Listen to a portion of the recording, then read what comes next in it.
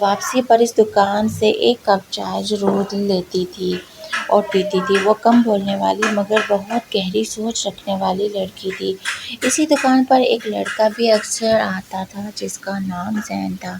وہ کتابیں پڑھنے کا شوقین تھا۔ وہ اکثر خاموشی سے کونے میں بیٹھ کر چائے پیتا رہتا۔ ایک دن عالیہ کی کتاب میز سے پھسل کر زمین پر گر گئی۔ زین نے فوراً جھک کر کتاب اٹھائی اور مسکرا کر کہا، "لگتا ہے یہ کتاب بھی آپ کی طرح بہت سنبھل کر رہتی ہے۔" عالیہ نے ہلکی سی مسکراہٹ کے ساتھ کتاب لی، "اور آپ شاید ہر چیز کو غور سے دیکھتے ہیں۔" زین نے جواب دیا، "صرف وہ چیزیں جو اہم ہوں۔" یہ پہلا مختصر سا مکالمہ تھا، مگر اسی دن کے بعد دونوں کی خاموشی ملاقاتیں بن گئیں۔ کبھی چائے کے کپ کے ساتھ چند جملے، کبھی کتابوں پر بات، اور کبھی صرف خاموش بیٹھ کر ایک دوسرے کی موجودگی محسوس کرنا۔ وقت کے ساتھ ساتھ زین کو عالیہ کی سادگی پسند آنے لگی اور عالیہ کو زین کی نرم مزاجی۔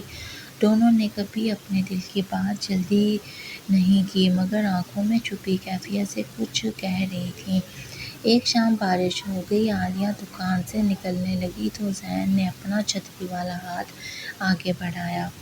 "اگر چاہیں تو میں گھر تک چھوڑ دیتا ہوں۔" اس نے آہستگی سے کہا۔ عالیہ نے کچھ لمحے سوچا، پھر ہاں میں سر ہلا دیا۔ راستے بھر بارش کی بوندیں چھتری پر گرتی رہیں اور دونوں کے درمیان خاموشی بھی عجیب سی اپنائیت لیے ہوئے تھی۔ گھر کے دروازے پر پہنچ کر عالیہ نے کہا، "آپ ہمیشہ اتنے خاموش کیوں رہتے ہیں؟"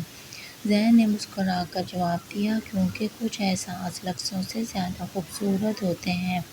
عالیہ نے پہلی بار اس کی طرف پوری طرح دیکھا۔ اس کی آنکھوں میں ایک سچائی تھی، ایک ٹھہراؤ تھا جس نے اس کے دل کو بے چین کر دیا۔ چند دن بعد زین نے اسی چائے کی دکان پر بلایا۔ اس بار اس کے ہاتھ میں چائے کا کپ نہیں بلکہ ایک چھوٹا سا لفافہ تھا۔ "عالیہ" اس نے دھیرے سے کہا، "میں تمہیں پچھلے کئی مہینوں سے جانتا ہوں۔ تمہاری خاموشی، تمہاری مسکراہٹ، تمہاری سادگی، سب کچھ میرے دل میں جگہ بنا چکی ہے۔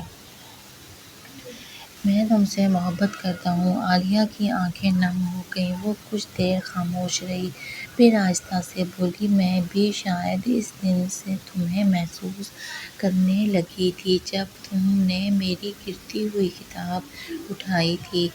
زین کے چہرے پر خوشی پھیل گئی۔ دونوں نے ایک دوسرے کا ہاتھ تھاما اور پہلی بار محسوس کیا کہ محبت ہمیشہ شور نہیں کرتی، کبھی کبھی وہ چائے کے کپ، خاموش راستوں اور چھوٹی چھوٹی باتوں میں جنم لیتی ہے۔ کچھ مہینوں بعد دونوں نے شادی کر لی۔ آج بھی جب سردی کی شام ہوتی ہے تو عالیہ اور زین اس پرانی چائے کی دکان پر بیٹھتے ہیں، چائے پیتے ہیں اور مسکرا کر ایک دوسرے کو دیکھتے ہیں۔ انہیں اب یہ اچھی طرح سمجھ آ گیا تھا کہ سچی محبت بڑی باتوں میں نہیں بلکہ روزمرہ کے چھوٹے لمحوں میں چھپی ہوتی ہے۔